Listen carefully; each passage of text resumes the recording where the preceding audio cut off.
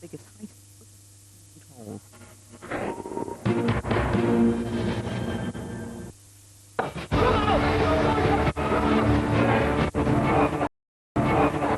The 4th of April 1983 went down in criminal history. A gang of armed robbers raided a high security depot in London, nicknamed Fort Knox. This team was obviously regarded as being the top echelon of robbers. The heist was executed with military precision.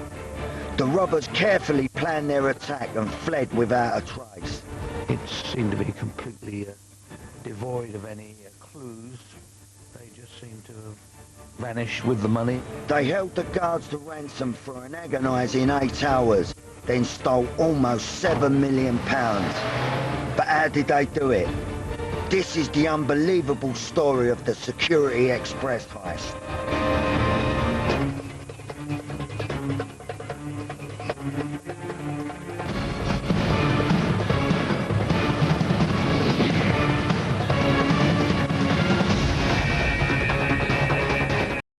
Bank Holiday Monday, April 1983.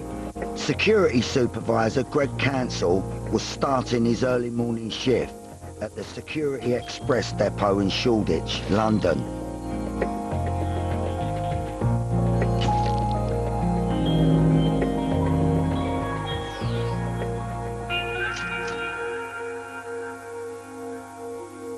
Greg Council was the controller for the day, and he came in to work very early, took over from the other controller.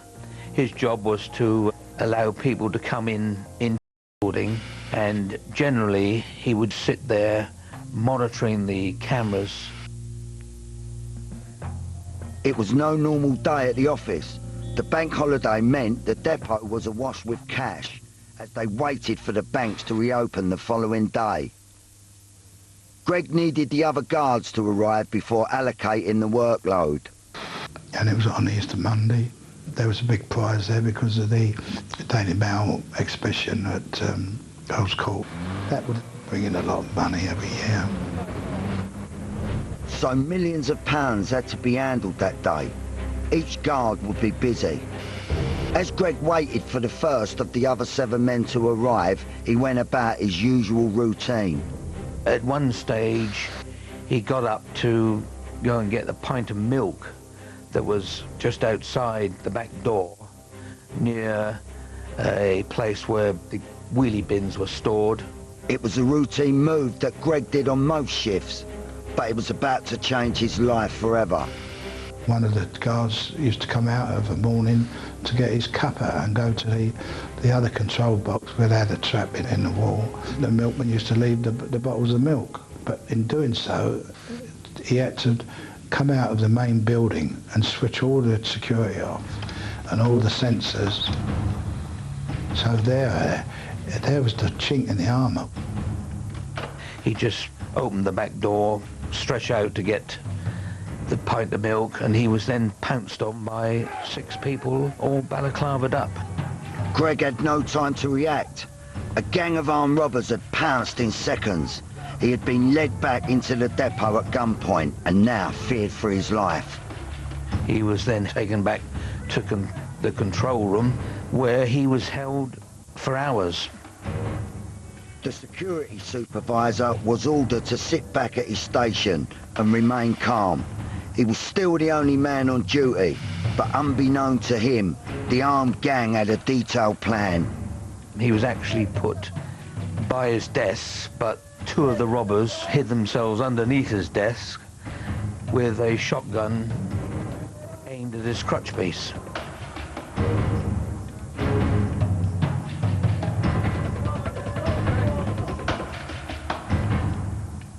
And that's where he sat for a long while, letting his fellow colleagues come in one by one. The pressure on Greg was immense. 7 other men were due on duty, and he knew that it took more than one guard to get to the millions of pounds stored in the vaults, but so too did the robbers. You got to get the guards to tell you exactly what's what and what you open first or second or third, or what keys you put in, which way you turn them, panic buttons and alarm buttons. And it appeared that the robbers even knew detailed knowledge of the premises, the security cautions they take, the locks, the keys. He did a good job in a way, because he was told not to look up and not see any faces, because if someone comes in the main entrance and they get a look, there was nothing to stop them running back out the door and raising the alarm. So that was a crucial moment. Everyone who walked through that door, which had to be monitored really exclusively. And poor old Greg had a shooter up his Niagaras, so he had to do as he's told, didn't he, you know? Okay. Really what made it even more devastating was the fact that they were there so long. Security guards were coming in every half an hour. They were confronted by a shotgun, and they were then put at the back, and it just seemed impossible that no one had noticed something untoward going on.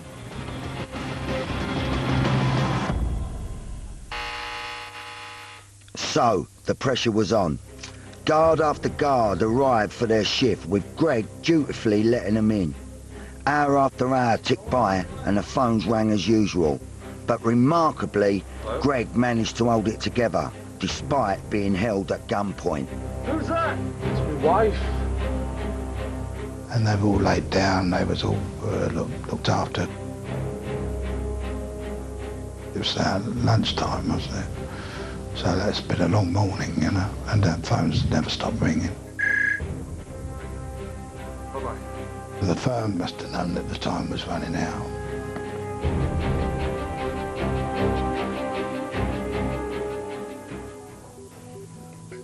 The robbers had lain in wait for over 7 hours. Their plan was military. Each guard now lay helpless in the locker room. All but one man was accounted for, and he held the vital information they were after.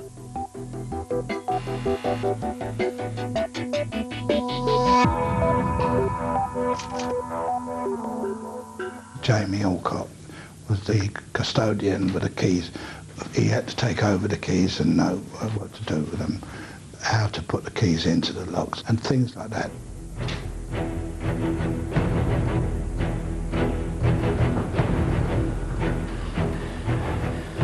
But the last guard wasn't about to give up his information easily.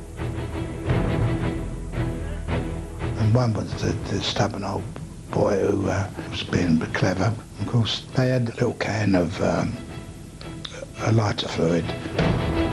And he's told to behave himself, otherwise he's going to be set alight if he didn't tell the truth.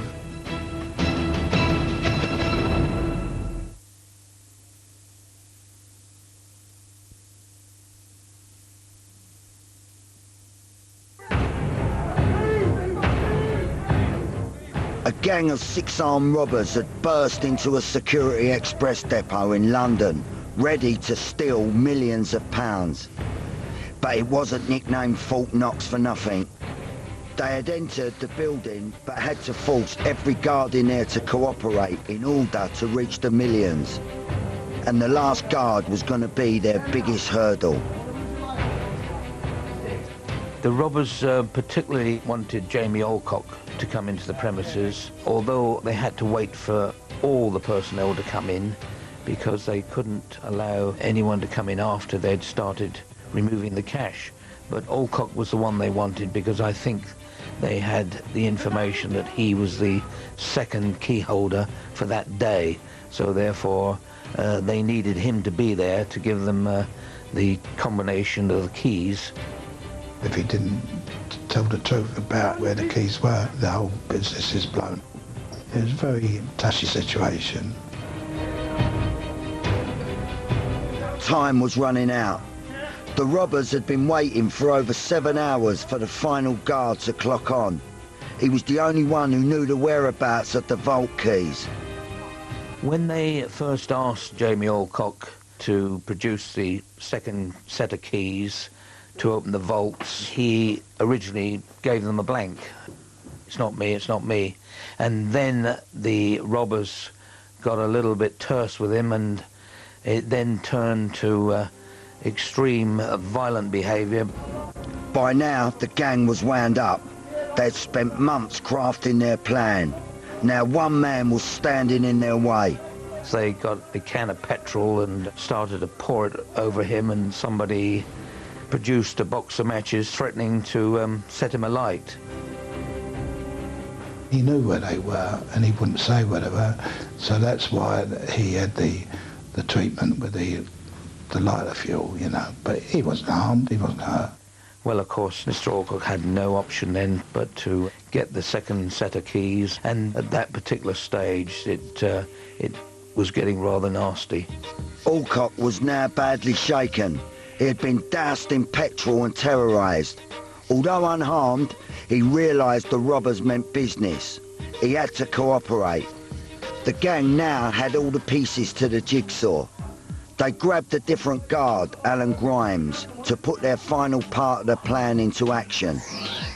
Their aim was to penetrate the highly secure vault, which could only be opened by a combination of keys and codes. Once inside, sealed bags were held in cages and a further 7 safes housed even more money. But the thieves were running out of time. They made him open up the vaults. I mean, the security there was tremendous, but you had to have someone to do it, to open it up for him.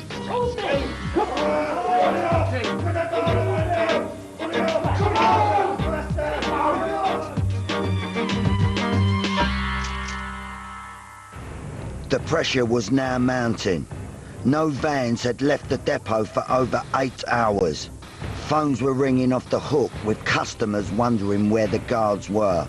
All bar one were bound and gagged in the depot. The robbers had only moments to get to the millions of pounds. It's a long procession to get to the vaults themselves.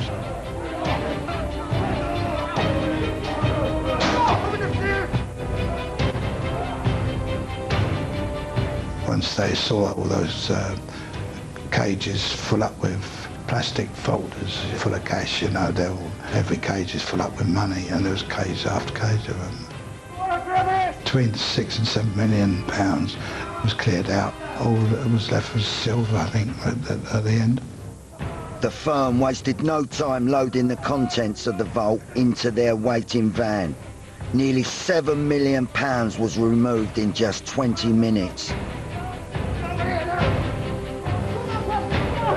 Once you're in there, you're not going to run out and leave £200,000 or £300,000 in a bag. It's only a matter of throwing them on, isn't it? You've got to clear it out.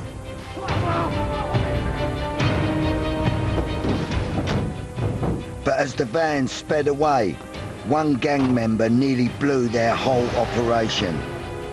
On the way out, one got nearly trapped in the door because the doors was closing on him, and he got stuck in just at the last moment, because he had to run across the yard from the box, press the button and then run and get out. Of course, the vans and the car had already gone, the van with the money, and they're just the car outside waiting for him. And then there was silence.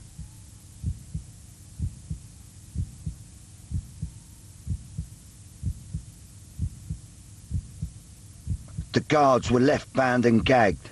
Millions of pounds had been stolen whilst they lay there helpless, and the police had no idea until one of the guards struggled free and raised the alarm.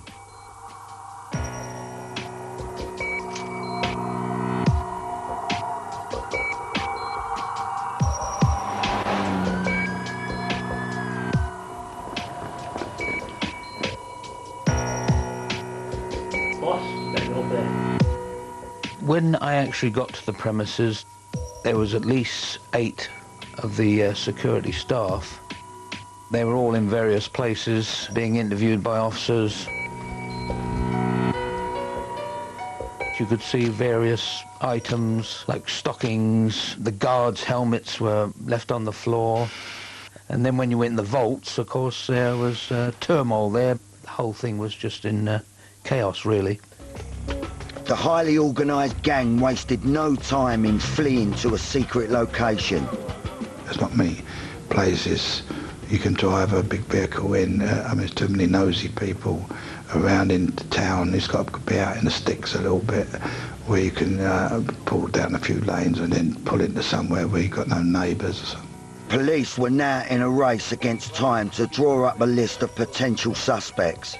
I think from the outset we knew it was a real professional team, and probably an old-fashioned team, a mature team. They seemed to be well in control of the guards. They knew exactly what to do and say and how to frighten the guards into doing what they were told. So professional were the gang that they left no way of tracing them from the scene. By the time the police were looking for clues, the thieves were tallying up their new fortune. I was invited on board to help. The money went back to a barn where the money was laid out on trestles and divided up into different sections and parcels. Everyone was in charge of their own particular money, you know. It's very nice, but you couldn't even put anything in your pocket and take it home with you, could you, you know? Or go home and say, go and out and buy yourself a new car.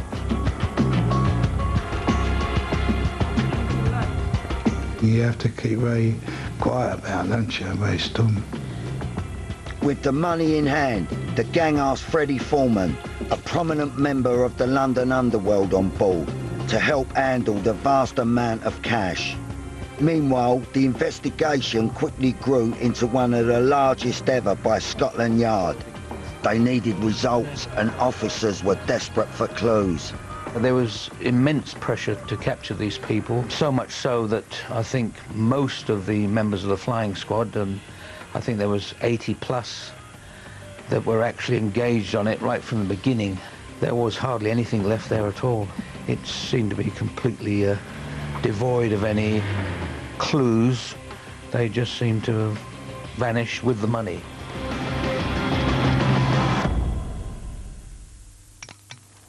And whilst officers were left on the back foot with no forensic leads at the depot, the cash was divided and taken deeper into the gang's network. We were fortunate enough to have an office in the building where the money was kept. And had tea and sandwiches and counting machines and things. And of course, all marked money has to be disposed of if the bank staff have marked it in any particular way. So that can get you arrested and nicked later on, you know. So you have to go through it all, really, as best as you can. As Foreman counted the cash, detectives started to pick up on other leads. We were doing a bit of proactive policing, setting up surveillance points on various teams. One of the bits of information we had concerned a particular pub in Stoke Newington called the Albion.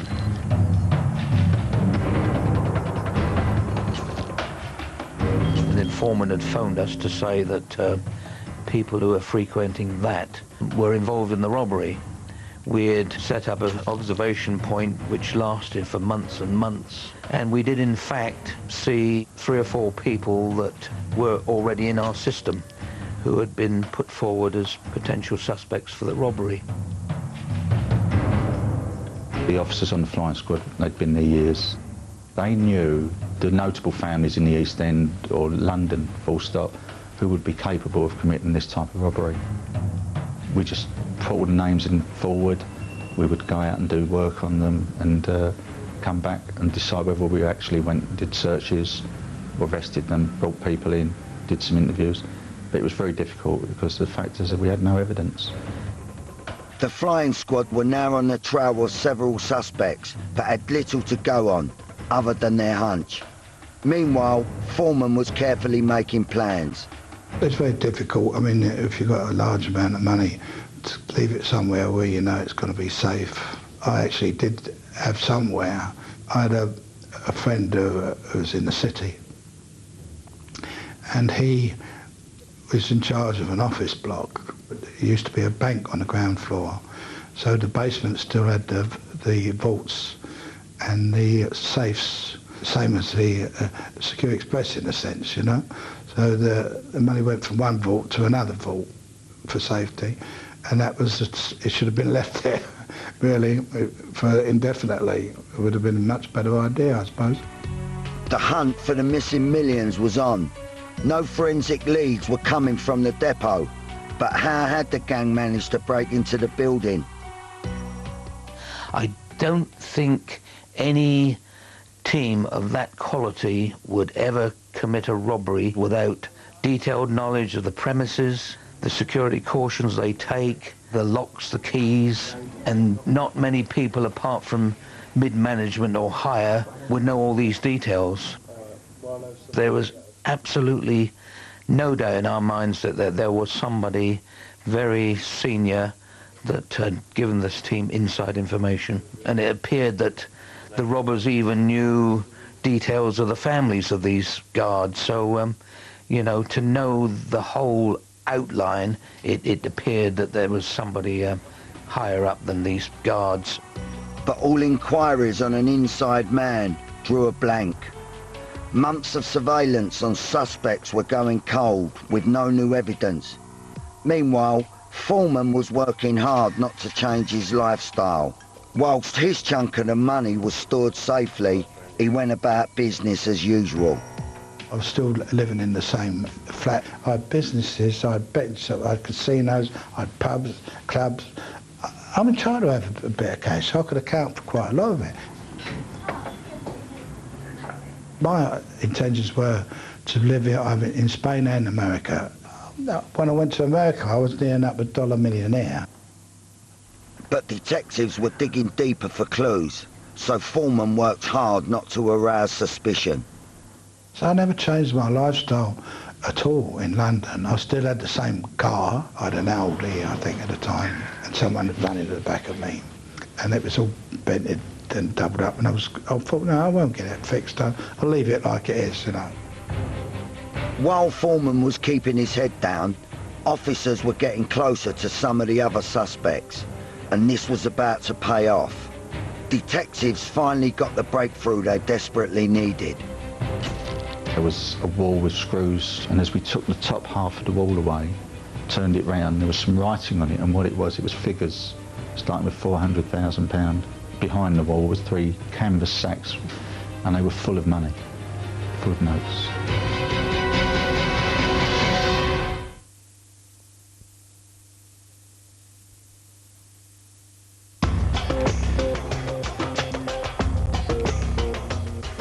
An armed gang of robbers had ambushed a Security Express depot and fled with millions of pounds. The thieves had left no forensic clues, and all the police knew was that this was the biggest cash robbery ever to hit the UK. But now, after months of drawing blanks, their surveillance was about to pay off. The initial breakthrough was when a vehicle was found in the East End, in Hackney, I believe it was. As a result of that, we went back over what we'd done in Hackney, and it was very, very close to a garage proprietor who we'd looked at and had been visited by people who we eventually arrested. It didn't happen right away. It happened some months later when some fella, never met him, didn't know him, but a friend of John Knight's, I think it was. He was the one who sort of started the ball rolling. The man in question was John Horsley, a garage owner who appeared to be well connected to the underworld. I don't know exactly how it came about, but it wasn't anybody that I knew directly, you know, at the time. His house was searched, and during the search of his house, it was found that he was financially, he wasn't very well off. In fact, he was in debt up to his eyeballs. Couldn't pay his gas, his electric. All of a sudden, he acquired a lot of money, paid his bills off, took his wife and family on holidays, all had cars, and were living a life royally.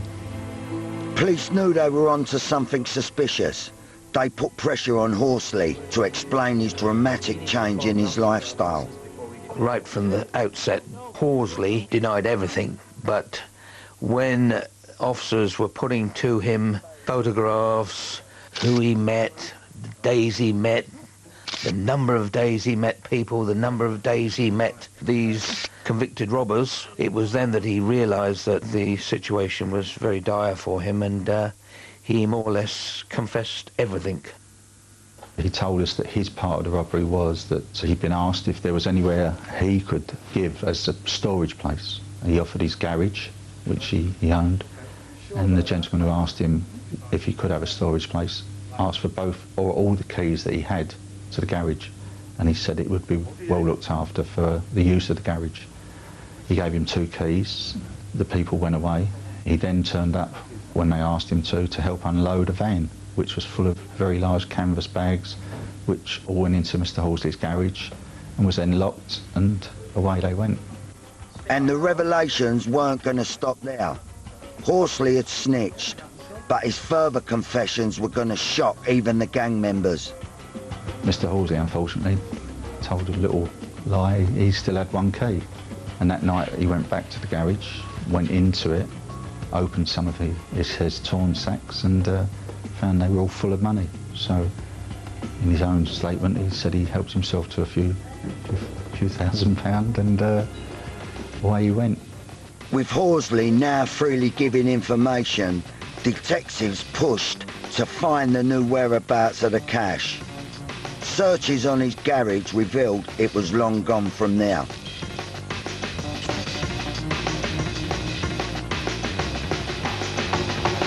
Mr. Horsley then decided to tell us that he'd been asked to look after one of the robbers' share of the money, to count it, look after it, put it in a safe place so that it was available when he needed money. What he told us was that his father-in-law was an old age pensioner, and within his flat in a warden control place, he'd put a false wall that allegedly the father-in-law didn't know about, and behind that wall was 3 bags of money. So it was then that Mr. Wilton decided we would go out there and then and search his father-in-law's house. But we were told it would be money. We needed tolls and bags to get the money. Turned up, went into an old age pensioner's flat. First thing we noticed was the pool table where Mr. Horsley said he'd counted the money on. And secondly, went into a room and there was a wall with screws freshly in it, which we undid. And as we took the top half of the wall away, turned it round, there was some writing on it, and what it was figures starting with £400,000, and it was then like withdrawals that basically the gentleman who committed the robbery would take. Yeah. Behind the wall was 3 canvas sacks, and they were full of money, full of notes. The interrogations didn't stop there. Horsley was a man at breaking point, but would he give up his all-important contacts? Mr. Horsley, in his disclosure to us, had named the people who had turned up, or some of the people he knew. It was a massive breakthrough, and it was the start of the arrests of the main players within the robbery. The police had their breakthrough. Horsley admitted his link with Billy Hickson, local gangster with a string of convictions for robbery, and Terence Perkins, hard man from North London with 1 previous minor conviction. Both men were known to the police and potentially dangerous. But officers didn't stop there. It was Mr. Perkins' money, which was behind the wall.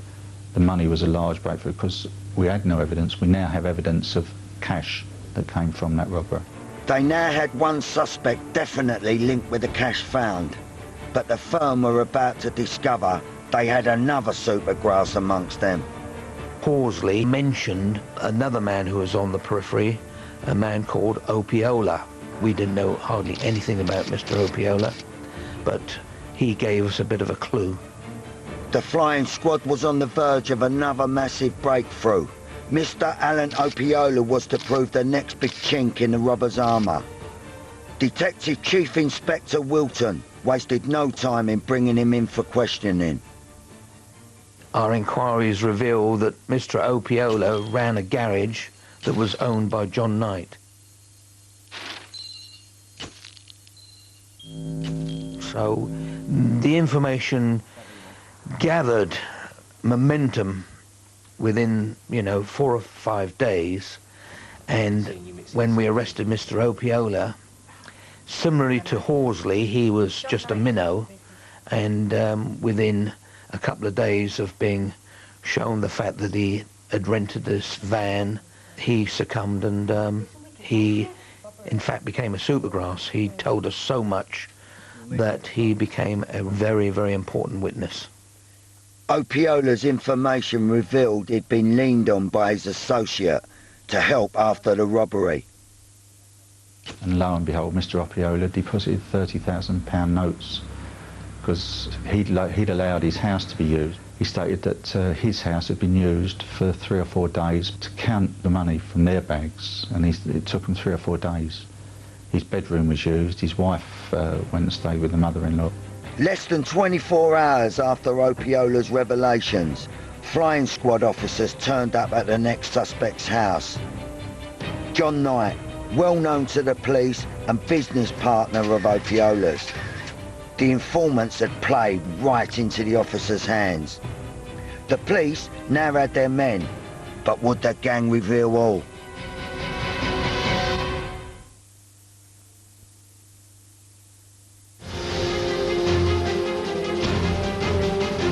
The mystery of the largest cash robbery in London was about to be cracked by Scotland Yard. The flying squad had found nearly £400,000 of the missing millions, and their informants had revealed vital secrets.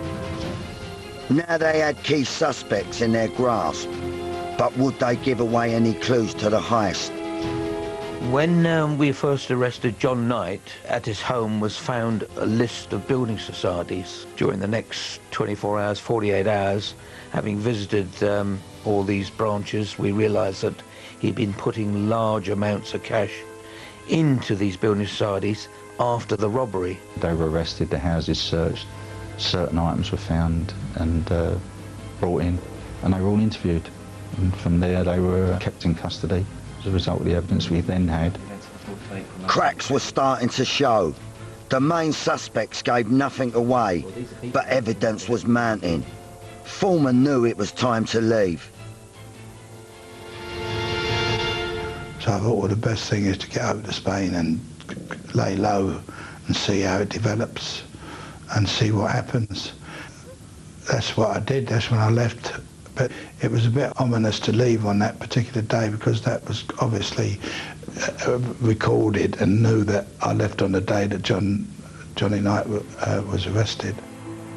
Despite the coincidence, Foreman jetted off to start a new life in Spain. After 9 months out there, things seemed okay, and we felt pretty safe and secure. So I started lashing out a little bit and investing a little bit of money, and on a few apartments, which was used by family and friends most of the time. And it didn't take long for officers to extend their search to foreign shores. Right from the start, when these people were arrested, we realised that there were connections abroad, Spain, Portugal, Switzerland. We had evidence that they had accounts actually in Spain. Even while John Knight was in custody, there was efforts by him and his family to get a safe deposit box opened in Spain. I took off on several occasions, and I did every town in Spain and every coastal town or the whole perimeter. I mean, just for it to die down, but as soon as you came back, it was still going strong. Once the press get their teeth into it. Detectives never gave up the hunt. It wasn't long before they were on Foreman's heels. Freddie Foreman was part of the second wave of this inquiry with Ronnie Knight, John Mason, Everett. Freddie, in fact, goes back many years. When you think about the Craze, Jack the Hat, Ginger Marks, people like that, he has been in the top line of criminals in London for many, many years. We had information during the first year of our inquiry to do with Freddie Foreman, but we were so involved in preparing a case against the people we'd arrested that we had to shelve a lot of the inquiries because we just didn't have the personnel to do it. We knew he was in Spain. Spain were feeding us information of what was going on over there. It was during inquiries in Spain regarding one of the suspects that officers stumbled across a link to Foreman. My name never came into the frame until 9 months later when I was in Spain, when the police came to the Alcazaba and asked questions about John Knight. The manager there said, no, there's nobody by the name of John Knight's got an apartment here. So they got their papers together and put them back in their briefcase and got up to leave and got to the door. But Ronnie Knight, they said, has got an apartment here. And his big friend, Freddie. Oh, I said, is he? They came back and started the inquiry all over again. Detectives may have got close to Foreman, but remarkably it wasn't until 6 years later when a twist of fate brought them face to face. Little did Foreman know British authorities had been working closely with the Spanish police to bring their suspect back to the UK. As I was getting in the car, they pounced on me. They took me straight to Marbella police station, and they banged me up downstairs in a cage with a load of smackheads and different Moroccans and different nationalities. I said, I want my lawyer over here to just send over for my lawyer, because nobody knew they had me. And next thing I knew, I was in the car, handcuffed, racing along the carretera 90 mile an hour. And I know where we're going, to the airport. We go straight on the tarmac. We don't go through the airport terminal. Go straight on to where the plane's waiting to taxi off. But it was empty. There was no one else on it. I broke away from them and I went into the terminal over the barrier, and all the people were queuing up waiting to come on board. I thought the more I kicked off, the more commotion I caused, they wouldn't put me on the plane, you know? They got me up the flight of stairs and I put my foot in the side of the staircase, and we all went down. Eventually they got me onto the plane and threw me down, and one of the stewards, a fella, came over and said, Mr. Foreman, he said, it's very hot, you must be thirsty, have a drink. And I lifted my head up, yeah, that's right, like, very kind of you, you know.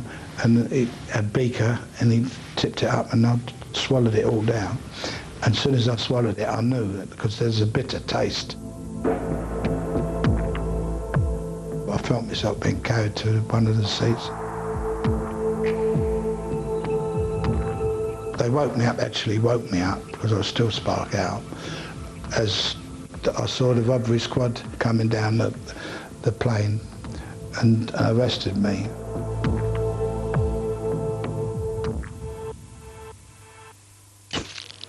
Along with the previous suspects, police now had Foreman, but getting any new information would be hard, and he wasn't about to lead them to any of the cash.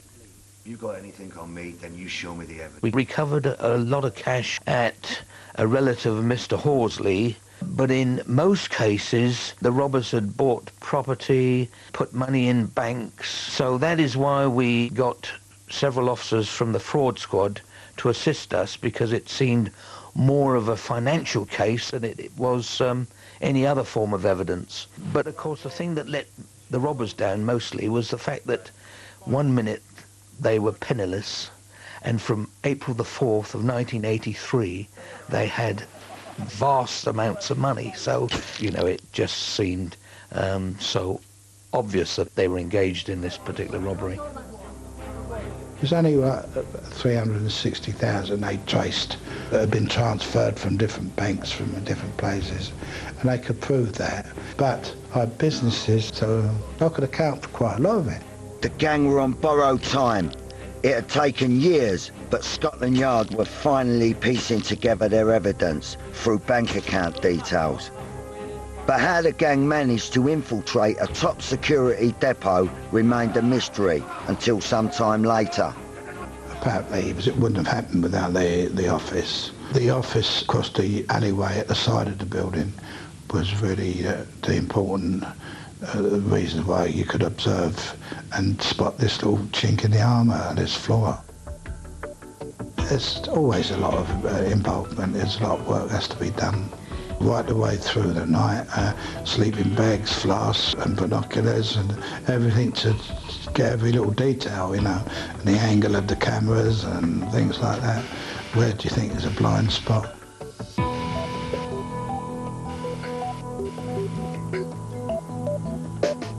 Camera on each corner, mate.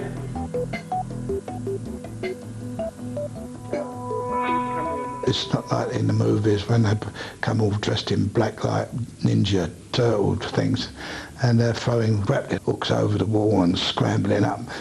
I think they were all a bit too old for all that. So it's just to ladder up the wall and a ladder to go down the other side. And they was all taken away in the van afterwards, apparently.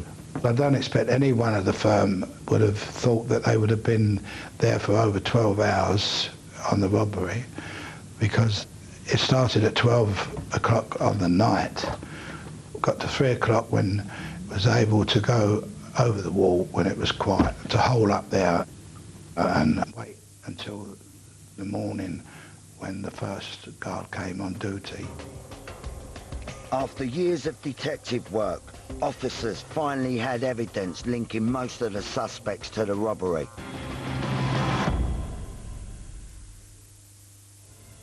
The trial was regarded as very serious. The magnitude of the robbery and the robbers concerned was such that they were escorted to the court every single day of the trial. 2 of the robbers got 22 years. That was John Knight and Terence Perkins. They were found guilty of the robbery. Billy Hickson actually was acquitted of the robbery and was sentenced to 6 years for handling stolen goods. James Knight was sentenced to 7 years imprisonment for handling a substantial sum of the cash. Ronnie Knight was in fact sentenced to 8 years when he surrendered and actually flew over here. Jury finds you guilty of the robbery of £6 million. The 2 informants also received time for their part in the robbery.